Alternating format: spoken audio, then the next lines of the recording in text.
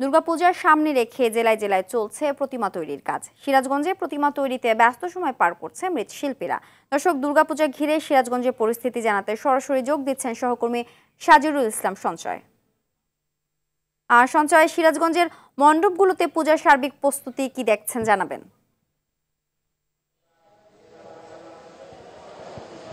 Cynthia, আপনি যেমনটি বলছিলেন, আগামী 9ই অক্টোবর ষষ্ঠী পূজার মধ্য দিয়ে শুরু হবে হিন্দু ধর্মাবলম্বীদের সবচেয়ে বড় ধর্ম উৎসব দুর্গাপূজা, এবং আগে এটি 14ই অক্টোবর বিজয়া দশমীর মাধ্যমে কিন্তু এই পূজাটি সমাপ্ত হবে।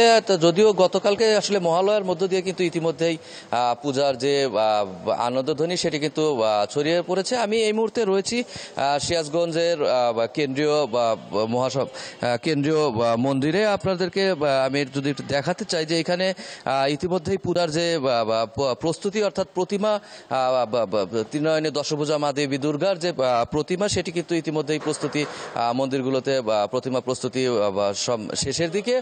যে প্রতিমা তৈরির যে পাড়াগুলো রয়েছে সেখানে কিন্তু এই মুহূর্তে প্রতিমা তৈরির কাজ করছেন প্রতিমা কারিগরেরা। এছাড়া মণ্ডপগুলোতে যে সাজসজ্জা সহ অন্যান্য যে কাজকর্মগুলো রয়েছে সেগুলো কিন্তু চলমান রয়েছে। আরেকটি বিষয়, এবার কিন্তু সিরাজগঞ্জে মোট 501টি মণ্ডপে দুর্গাপূজা অনুষ্ঠিত হচ্ছে, এবং এবার পূজা মণ্ডপগুলোর নিরাপত্তার জন্য কিন্তু প্রশাসনের পক্ষ থেকে সর্বোচ্চ পদক্ষেপ গ্রহণ করা হয়েছে।